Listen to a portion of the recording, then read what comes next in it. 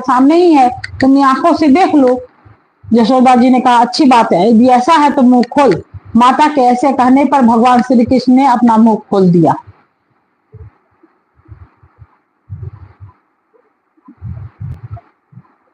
परीक्षित, भगवान श्री कृष्ण का स्वर अनंत है, वे केवल लीला के लिए ही मनुष्य के बालक बने हुए हैं। यशोदा जी ने देखा कि उनके मुख में चर अचर संपूर्ण जगत विद्यमान है। आकाश, शून्य जिसमें किसी की गति नहीं, दिशाएं, पहाड़, द्वीप और समुद्र के सहित सारी पृथ्वी, बहने वाली वायु, वैद्युत, अग्नि, चंद्रमा और तारों के साथ संपूर्ण ज्योतिर्मंडल, जल, तेज, पवन, वियत, प्राणियों के चलने फिरने का आकाश, वैकारिक अहंकार के कार्य, देवता, मन, इंद्रिय, पंच तन मात्राएं और तीनों गुण श्री कृष्ण के मुख में दिख पड़े। परीक्षित, जीव, काल, स्वभाव, कर्म, उनकी वासना और शरीर आदि के द्वारा विभिन्न रूपों में दिखने वाला यह सारा विचित्र संसार संपूर्ण वज्र और अपने आप को भी यशोदा जी ने श्री कृष्ण के नन्हे से खुले हुए मुख में देखा। वे बड़ी शंका में पड़ गई। ये सोचने लगी कि यह कोई स्वप्न है या भगवान की माया। कहीं मेरी बुद्धि में भी तो कोई भ्रम नहीं हो गया है। संभव है मेरे इस बालक में ही कोई जन्मजात योगी सिद्धि हो, जो चित्त, मन, कर्म और वाणी के द्वारा ठीक ठाक तथा सुगमता से अनुमान के विषय में नहीं होते। यह सारा विश्व जिनके आश्रित है, जो इसके प्रेरक है और जिनकी सत्ता से ही इसकी प्रतीति होती है, जिनका स्वरूप सर्वथा अचिंत्य है, उन प्रभु को मैं प्रणाम करती हूँ।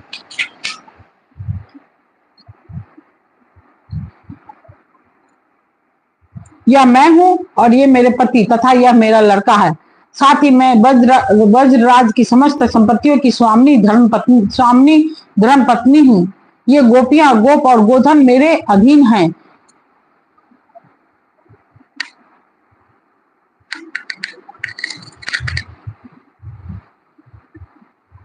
जिनकी माया से मुझे इस प्रकार की कुमति घेरे हुए है, वे भगवान ही मेरे एकमात्र आश्रय हैं। मैं उन्हीं की शरण में हूँ। जब इस प्रकार यशोदा माता श्री कृष्ण का तत्व समझ गई, तब सर्वशक्तिमान सर्वव्यापक प्रभु ने अपनी पुत्र स्नेहमयी वैष्णवी योग माया का उनके हृदय में संचार कर दिया।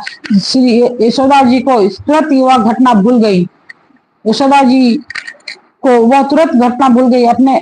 उन्होंने अपने दुलारे लाल को गोद में उठा लिया। जैसे पहले उनके हृदय में प्रेम का समुद्र उमड़ता था, वैसे ही उमड़ने लगा। सारे वेद, उपनिषद, सांख्य, योग और भक्तजन जिनकी महात्मा का गीत गाते नहीं, उन्हीं भगवान को यशोदा जी अपना पुत्र मानती थी।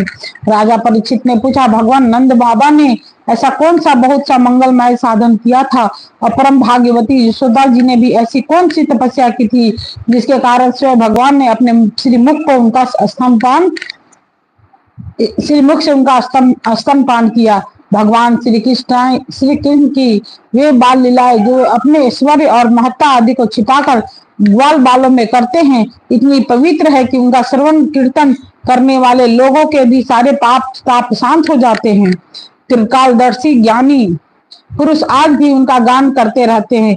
वे ही लीलाएं उनके जन्मदाता माता पिता देवकी वासुदेव जी को तो देखने तक को नहीं मिली, और नंद यशोदा उनका अपार सुख लूट रहे हैं। इसका क्या कारण है? श्री सुखदेव जी ने कहा, परीक्षित, नंद बाबा पूर्व जन्म में एक श्रेष्ठ वसु थे, उनका नाम था द्रोण और उनकी पत्नी का नाम था धरा।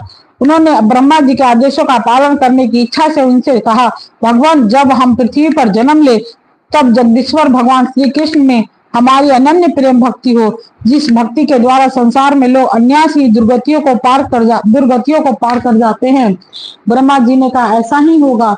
वे परम यशस्वी भगवान में द्रोण वज्र में पैदा हुए और उनका नाम हुआ नंद, और वे ही धरा इस जन्म में यशोदा के नाम से उनकी पत्नी हुई।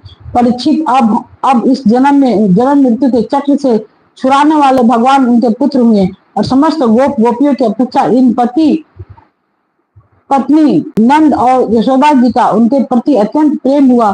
ब्रह्मा जी की बात सत्य करने के लिए भगवान श्री कृष्ण बलराम जी के साथ वज्र में रहकर समस्त वज्रवासियों को अपनी बाल लीलाओं से आनंदित करने लगे। इति श्रीमद्भागवते महापुराणे परमहंस्यां संहितां दशम स्कंदे पूर्वादे विश्व